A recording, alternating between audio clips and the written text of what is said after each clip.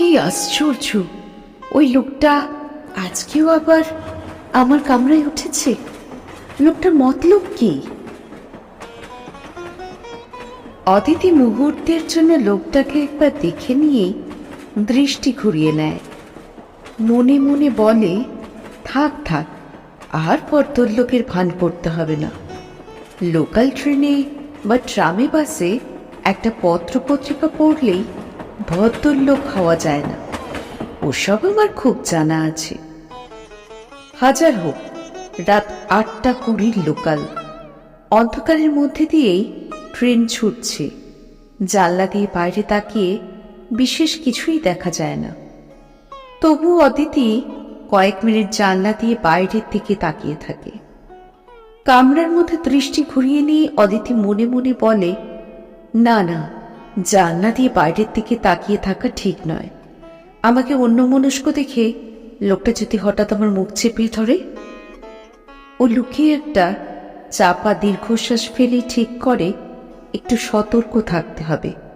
যদি লোকটা সত্যি কোনো বদ মতলবে এগিয়ে আসে, তাহলে শরীরের সমস্ত শক্তি দিয়ে লোকটাকে জুতা পেটা করতে হবে। মনে মনে সিদ্ধান্ত নিয়েও অদিতি যেন হুঁচট খায়। কিন্তু যদি জুতা পেটা করার সুযোগ না পায়, তার আগেই ব্যাগটা ছিনিয়ে নিয়ে ট্রেন স্টেশনে ঢোকার মুখে লাফিয়ে পড়ে, তাহলে কি করা যাবে? তবু ভালো, অন্য কোনো ক্ষতি তো করল না। আচ্ছা, যদি লোকটি ছুরি বের করে, যদি গলার কাছে ছুরি ধরে হাতের কঙ্কন আর ঘড়িটা খুলে দিতে বলে? সঙ্গে সঙ্গে অদিতির কত ঘটনা মনে পড়ে যায়। এই তো মাস তিনেক আগেকার কথা। বোধহয় এই 8:20 ট্রেনেই শেফালিদি মেয়েকে নিয়ে চন্দননগর যাচ্ছিলেন। বর্ধমানের পর 2-3টে স্টেশন পার হতেই একটা ভদ্র ঘরের ছেলে হঠাৎ শেফালির মুখের সামনে ছুরি ধরে বলল, চটপট আপনার ঘড়ি আর গলার হারটা খুলে দিন। ছেলেটার কাণ্ড থেকে শেফালিদি ভয়ে আতঙ্কে কিছু বলতে গিয়েও মুখ দিয়ে কিছু শব্দ বের করতে পারেন না। ছেলেটা খ্যাপা কুকুরের মতো হুঙ্কার দিয়ে শেফালিদির মেয়েকে বলল, কি রে ছুরি, গায়ে হাত না দিলে কি খুলতে পারছিস না? 18 বছরের মেয়েটা ভয়ে ভেউ ভেউ করে কেঁদে উঠতেই শেফালিদি আর একটু মুহূর্ত সময় নষ্ট না করে নিজের ঘড়ি আর হার খুলতে খুলতেই মেয়েকে বললেন, নে রে, চটপট খুলে দে। ছেলেটা সব কিছু পকেটে পড়ে অন্ধকারের মধ্যেই পরে স্টেশনে নেমে গেল। কামরায় যে 3-4 জন লোক ছিল, তারা টু শব্দটি পর্যন্ত করল না। শেফালিদি বলেছিলেন, তোমরা ভাবতে পারবে না ছেলেটাকে দেখতে কি সুন্দর। অত্যন্ত ভদ্র ঘরের ছেলে না হলে অত সুন্দর দেখতে হতে পারে না। আবার অদিতি মুহূর্তের জন্য লোকটাকে দেখে নিয়ে মনে মনে বলে, এই হতভাগাকে দেখতেও বেশ সুন্দর। যেমন গায়ের রং, সেই রকমই চোখ মুখ। দেখে তো মনে হয় উনি অত্যন্ত ভদ্র ঘরের ছেলে, কিন্তু দেখতে সুন্দর হলেই কি স্বভাব চরিত্রও ভালো হয়? অত্যন্ত দুশ্চিন্তার মধ্যেও ও একটু চাপা হাসি হাসি। ওরে বাবু, তোমার মতলব কি আমি বুঝতে পারিনি? যদি অতই সাধু হবে, তাহলে ঠিক পরপর 2 সপ্তাহ আমার কামরাতেই উঠবে কেন? এত বড় ট্রেনে আর কোথাও উঠলে না কেন? দৃষ্টিটা কামরার চারপাশে ঘুরিয়ে নিতেই অদিতি দেখে সেই 2টো লোক এখনো ব্যাগ মাথায় নিয়ে ঘুমোচ্ছে। ভগবান জানেন ওরা কোথায় যাবে। তবে দেখে মনে হয় বোধহয় সারাদিন পরিশ্রম করে অত্যন্ত ক্লান্ত হয়ে ঘুমোচ্ছে। নির্ঘাত ছোটখাটো ব্যবসাদার, এই ধরনের রাত্রের ট্রেনে নিশ্চয়ই নিয়মিত যাতায়াত করে। তা না হলে অত নিশ্চিন্তে কি ঘুমানো যায়? হঠাৎ ট্রেনটা থামতেই ও জানলা দিয়ে বাইরের দিকে তাকায়। হা ভগবান, এতক্ষণে দেবীপুর এলো? আমি তো ভেবেছিলাম 5-7 মিনিটের মধ্যে ব্যান্ডেল আসবে। একজন বৃদ্ধ বৃদ্ধা এই কামরায় উঠলেন। যাক, তাও ভালো। একবার মনে হলো ওদের জিজ্ঞেস করি, আপনারা কোথায় যাবেন? না না, কি দরকার, ওই হতভাগা ঠিক মনে করবে আমি ভয় পেয়েছি। ওকে কিছুতেই বুঝতে দেব না আমি একটু চিন্তিত বা আতঙ্কিত। কি আশ্চর্য, ওই বুড়ো বুড়ি পরের স্টেশন বইচিতেই নেমে গেল। আহা, কি দরকার ছিল এই 5-7 মিনিটের জন্য এই কামরায় ওঠার? রাগে দুঃখে দুশ্চিন্তায় অদিতি যেন নিজের উপরেই রাগ করে, খেয়ালই করে না কখন কোথায় ট্রেন থামছে। হঠাৎ অল্প বয়সের দম্পতি কামরায় উঠতেই অদিতির খেয়াল হলো পান্ডুয়া ছাড়ল। এদের পোশাক পরিচ্ছদ হাবভাব দেখে তো মনে হচ্ছে এরা গ্রামগঞ্জের লোক না, নিশ্চয়ই কলকাতায় থাকে। বোধহয় কোনো আত্মীয় স্বজনের বাড়িতে নেমন্তন্ন খেয়ে ফিরছে। যাক, ভালোই হলো। লোকটার বদ মতলব থাকলেও ওদের সামনে বোধহয় কিছু করতে সাহস হবে না।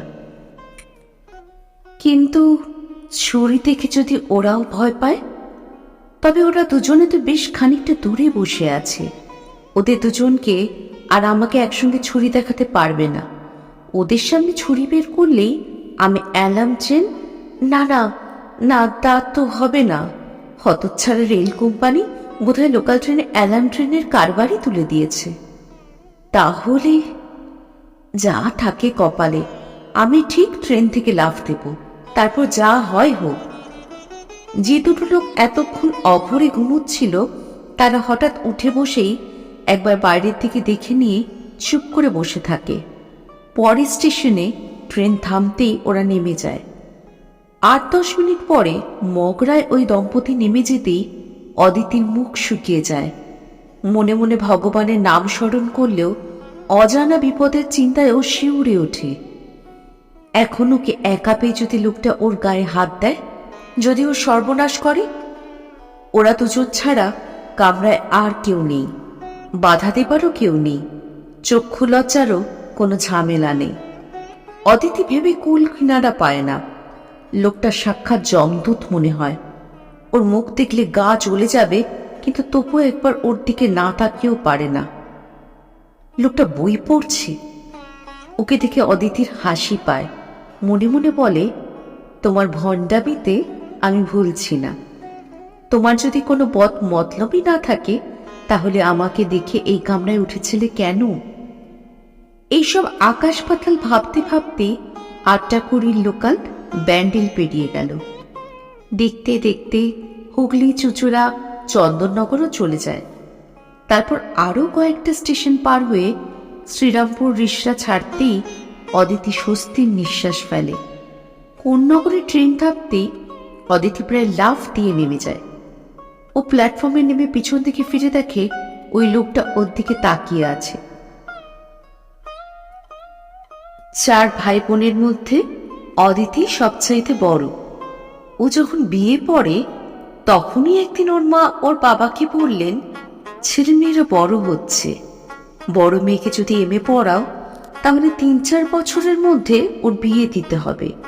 ততদিনে তো আবার আরেক মেয়ের বিয়ের চেষ্টা করতে হবে। তাই বলছিলাম এ বছরের মধ্যেই ঘরদোর পাকা করে নাও।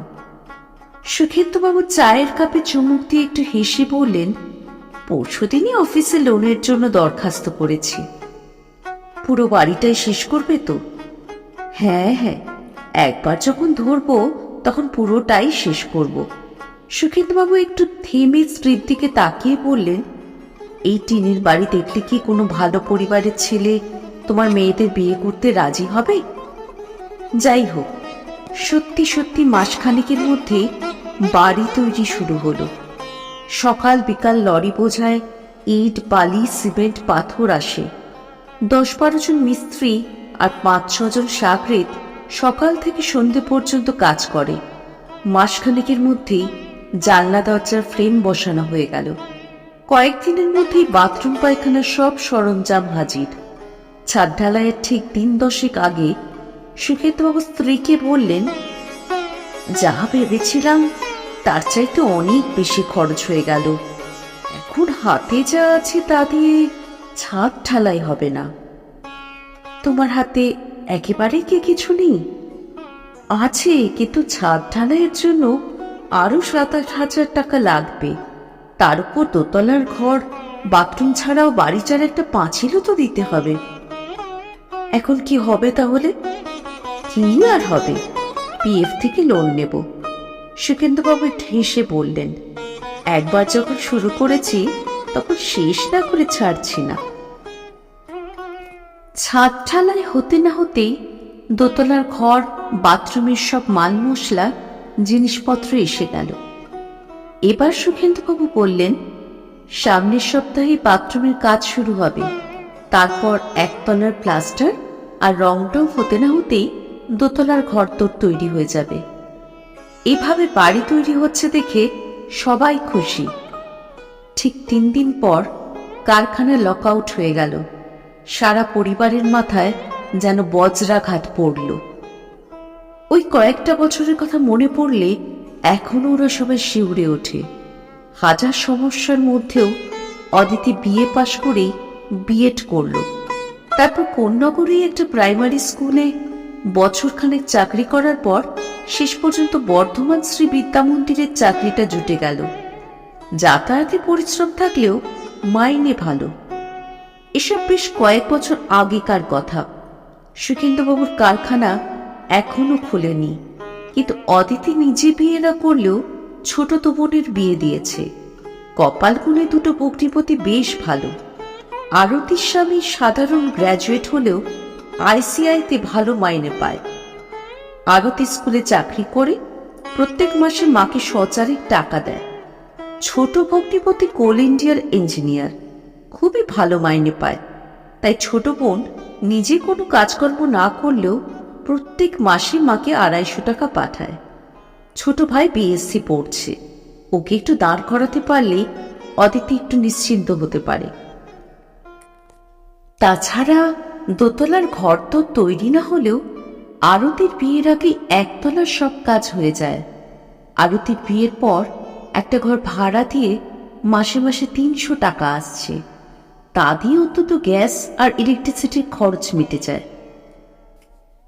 সুখেন্দুবাবু কিছু না বললেও তার স্ত্রী মাঝে মাঝে বড় মেয়েকে বলেন, তুই যে কবে বিয়ে থা করে সংসারী হবি, সেই চিন্তাতেই আমি পাগল হয়ে যাই। অদিতি হাসতে হাসতে বলে, তোমার 17 বছরে বিয়ে হয়েছিল বলে আজকাল তো আর তা হয় না। তা ঠিক, কিন্তু 22-23-এর মধ্যেই তো আরো দুজনের বিয়ে হয়ে গেল। এদিকে সামনের অঘ্রাণেই তো তুই 28 পূর্ণ করে 29-এ পড়বি। আজকাল 28-29 মেয়েরা পড়ি হয় না। তাছাড়া 30-32-এর আগে অনেক ছেলে বিয়েই করতে চায় না। একটু সেট না হয়ে কেউই আজকাল বিয়ে করবে না। এইভাবেই দিন চলে। আবার কদিন পর ওই 8টা করে ট্রেনে ঠিক ওরই কামরায় ওই লোকটাকে দেখে অদিতি চমকে ওঠে। 2-4 জন যাত্রী ওঠানামা করেন, কিন্তু কামরায় শুধু ওরা দুজনেই থাকে।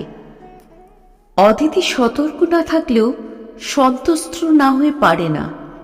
আগের দিনের মতোই লোকটা সব সময় বইপত্তর পড়ে। না, সেদিনও কোনো ঘটনা ঘটে না। অদিতি স্কুলের পর এক ছাত্রীর বাড়িতে কয়েকটি মেয়েকে পড়ায়, তাই 7:30টার ট্রেন ও কিছুতেই ধরতে পারে না। এই 8টা 20 ট্রেনেই ও রোজ বাড়ি যায় এবং প্রত্যেক দিন গাড়ির ঠিক পাশের কামরায় বসে। না, অদিতি লোকটাকে রোজ দেখতে পায় না। আস্তে আস্তে খেয়াল করল লোকটা সপ্তাহে 3 দিন যায়। তাছাড়া কয়েক মাস ধরে দেখার পর অদিতি মনে মনে স্বীকার করে লোকটা চোর ডাকাত বা ছিনতাইবাজ নয়। যদি লোকটা খারাপ হতো তাহলে অনেক কিছুই করতে পারত, কম দিন তো সুযোগ পায়নি। তাছাড়া লোকটা শুধু পড়ে, আশেপাশে লোকজন থাকলেও কারোর সঙ্গেই কোনো কথাবার্তা বলে না। আচ্ছা, এই লোকটা কি বর্ধমানের কোনো কলেজে পড়ায়, নাকি বর্ধমানেই কোনো অফিসে চাকরি করে? এইভাবেই কটা মাস কেটে গেল। গরমের ছুটিতে স্কুল বন্ধ হবার পর বাড়িতে বসে বসেই অদিতি ওই লোকটার কথা ভাবে। না ভেবে পারে না। কোনো কোনো দিন লোকটাকে দেখতেও ইচ্ছে করে। মাঝে মাঝে অদিতি নিজেকেই ধিক্কার দেয়, ছি ছি, একটা নিছক ভদ্রলোককে গুন্ডা বদমাইশ ভেবেছিলাম। মে মাসের একেবারে শেষের দিকে আবার স্কুল খুলে। অদিতি আবার আগের মতো 8টা 20 ট্রেনে ফিরতে শুরু করে। কিন্তু না, ওই লোকটাকে আর ট্রেনের কামরায় দেখতে পায় না। ও মনে মনে অস্বস্তি বোধ করে, বোধহয় একটু অসহায়ও বোধ করে। হাজার হোক, রাত্রির ট্রেনে কামরায় একজন ভদ্রলোক থাকলে অনেক নিশ্চিন্তে থাকা যায়। স্কুল খোলার পর 15-20 দিনের মধ্যে লোকটার দেখা না পেয়ে অদিতি যেন মনে মনে ছটফট করে। প্রত্যেকদিন কত প্রত্যাশা নিয়ে ট্রেন ধরতে এসে হতাশ হওয়া যেন আর সহ্য করতে পারে না। দেখতে দেখতে জুন মাসও শেষ হল। কদিন বৃষ্টির পর সেদিন আকাশে এক টুকরোও মেঘ নেই, রোদ্দুরে ঝলমল করছে চারিদিক। অত রৌদ্র দেখে অদিতি আর ছাতা নিয়ে বেরোয় না। স্কুল ছুটির পরও আকাশে বিশেষ মেঘ দেখে না, কিন্তু ছাত্রীদের পড়িয়ে স্টেশনে রওনা হওয়ার সময় দেখল সারা আকাশ কালো মেঘে ভরে গেছে। মনে করে বেশি রাত্রির আগে বৃষ্টি হবে না। প্রতিদিনের অভ্যাস মতো শেষ কামরায় উঠে অদিতি ওই লোকটাকে কোণার দিকে বসে থাকতে দেখেই একটু হাসে। হঠাৎ মনে হয় ওই লোকটার সামনের সিটে বসে জিজ্ঞেস করে, এতদিন দেখিনি যে। কিন্তু না, ও পেশেন্টটা দূরেই বসে। আরো 2-4 জন যাত্রী উঠলেন, ট্রেন ছাড়ল। কিন্তু 2-1টা স্টেশন পার হতেই শুরু হলো তুমুল বৃষ্টি। সব জানলাগুলো ভালো ছিল না, তাই যাত্রীরা বাধ্য হয়ে কামরার একদিকে মাঝামাঝি এসে বসেন। ট্রেন এগিয়ে চলে, যাত্রীরা ওঠানামা করেন, কিন্তু বৃষ্টির বেগ আরো বাড়ে। ছাতা না আনার জন্য অদিতি মনে মনে অনুশোচনা করে। দেখতে দেখতে ট্রেন শ্রীরামপুর এসে গেল। অদিতি শাড়ির আঁচল কোমরে খুঁজে নেয়, হাতের ব্যাগটা বগলের তলায় চেপে ধরে। এই ছাতাটা নিন। মুহূর্তের জন্য অদিতি বাইরের দিকে তাকিয়েছিল। দৃশ্যটা ঘুরিয়ে আনতেই ওই লোকটাকে সামনে দেখে অবাক হয়ে যায়। ওই লোকটা আবার বলে, এই ছাতাটা রাখুন, তা না হলে একেবারে ভিজে যাবেন। কোনো মতে নিজেকে সামলে নিয়ে অদিতি বলে, না না, ছাতার দরকার নেই, আমি দৌড়ে রিকশায় উঠে যাব। ওই লোকটা তবুও হেসে বলে, ট্রেন থেকে নামার সঙ্গে সঙ্গে একেবারে ভিজে যাবেন। আমি ছাতা নিলে আপনি কি করবেন? আমি পুরুষ মানুষ, আমি ভিজলে ক্ষতি নেই, কিন্তু কাপড় চোপড় ভিজে গেলে মেয়েদের অনেক অসুবিধে। তাছাড়া রাস্তাঘাটের লোকজন এমন বিশ্রীভাবে চেয়ে থাকে যে। অদিতি ওর হাত থেকে ছাতাটা নিতে নিতেই রিকশা পার হয়। ও উঠে দাঁড়িয়ে দরজা থেকে এগোতে এগোতে জিজ্ঞাসা করে, ছাতাটা কবে ফেরত দেব? ওই লোকটা একটু হেসে জবাব দেয়, ছাতাটা ফেরত না দিলেও ক্ষতি নেই, তবে পরশুদিনই আবার দেখা হবে। সেদিন সারা রাত অদিতি বোধহয় শুধু স্বপ্ন দেখে। মাঝখানের দিনটাকে যেন অসহ্য মনে হয়। পরের দিন অদিতি অন্য দিনের তুলনায় একটু আগে স্টেশনে এসে শেষ কামরার এক কোনায় বসে। ট্রেন ছাড়ার মিনিট খানেক আগে ওকে উঠতে দেখে অদিতি বলে, এদিকে আসুন। পাশে না, ঠিক সামনে উনি বসতেই অদিতি ছাতাটা ফেরত দিয়ে বলে, সেদিন আপনি ছাতাটা না দিলে সত্যি বিপদে পড়তাম। স্টেশনে একটা রিকশাও ছিল না। সেই শুরু। তারপর এই রাত 8টা করে লোকালে সপ্তাহে 3 দিন একসঙ্গে যেতে যেতেই আলাপ, পরিচয়, ঘনিষ্ঠতা। সামনের রবিবার কি তুমি কি ব্যস্ত? অদিতি প্রশ্ন করে। কেন, কোনো দরকার আছে? বাবা মা প্রায়ই বলে তোমাকে নিয়ে যেতে। অদিতি একটু থেমে বলে, রবিবার বিশেষ কোনো কাজ না থাকলে সকালের দিকে চলে এসো, সারাদিন একসঙ্গে কাটানো যাবে। আচ্ছা, আসবো। রবিবার কোন্নগরের নবগ্রামে অতিথিদের বাড়ি পৌঁছতে পৌঁছতে প্রায় 12টা হয়ে গেল। ওকে দেখেই অতিথি জিজ্ঞেস করে, এত দেরি হলো? সকালে বাবা বললেন পিসিমাকে নিয়ে একবার ডাক্তারের কাছে যেতে হবে। কেন, পিসিমার আবার কি হলো? হাই প্রেশারের রোগী। কিন্তু পিসিমার মতো হাসি খুশি মানুষের তো হাই প্রেশার থাকাই উচিত নয়। অদিতি এবার নিঃশ্বাস নিয়েই বলল, যাই হোক, তাই বলে এত দেরি? ডাক্তারের কাছ থেকে এসে দেখি ছোট ভগ্নিপতি এসেছে। হাজার হোক একেবারেই নতুন জামাই, তাই। সুখেতবাবু বারান্দায় দাঁড়িয়ে মেয়েকে বলে, ওকে ঘরে এনে বসতে দে, তারপর কথা বলিস। অদিতি ওকে নিয়ে কয়েক পা এগোতেই ওর মা সামনে এসে দাঁড়ায়। মা, এই হচ্ছে সার্থক। অদিতি খুশির হাসি লুকিয়ে বলে, থিসিস জমা দিয়ে দিয়েছে, সুতরাং কদিন পরেই ইনি ডক্টর সার্থক চৌধুরী হয়ে যাবেন। অদিতির মা বলেন, এই ছেলে যদি ডক্টরেট না হয় তাহলে আর কি হবে? সুখেন্দুবাবু বারান্দা থেকে নেমে এসে পাশে দাঁড়ান। সার্থক ওদের দুজনকে প্রণাম করে। সুখেন্দুবাবু ওর মাথায় হাত দিয়ে আশীর্বাদ করে বলেন, দীর্ঘজীবী হও বাবা। অদিতি সার্থককে নিয়ে ঘরে যাবার পরপরই অদিতির মা এসে জিজ্ঞেস করেন, বাবা তুমি কি চা খাবে নাকি এখনই খেয়ে নেবে? না মাসিমা, এখনই খাবো না, পিসিমা এত লুচি খাইয়ে দিয়েছে যে। এখন চা খেতে তো আপত্তি নেই? না না, চা খেতে আবার আপত্তি কি? সবাই মিলে চা খেতে খেতে গল্পগুজব হয়। অদিতি হাসতে হাসতে বলে, জানো মা, পিসিমা এখনো ওকে ভাত মেখে দেন। উনি একটু হেসে বলেন, তাই নাকি? সার্থক বলে, পিসিমার ধারণা এখনো আমি ছোট বাচ্চা আছি। ও একটু থেমে একটু হেসে বলে, তাছাড়া আমারও এমন অভ্যেস হয়ে গেছে যে উনি মেখে না দিলে আমিও ঠিক খেয়ে তৃপ্তি পাই না। তোমার পিসিমার রান্না খেয়ে তো আমার মেয়ে মুগ্ধ হয়ে গেছে। হ্যাঁ, পিসিমা সত্যিই খুব ভালো রান্না করেন। তাছাড়া কত রকমের যে খাবার দাবার বানাতে জানেন তার ঠিক ঠিকানা নেই।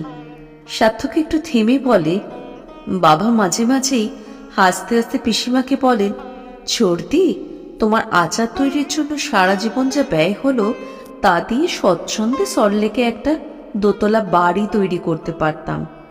ওর কথা শুনে সবাই হাসেন।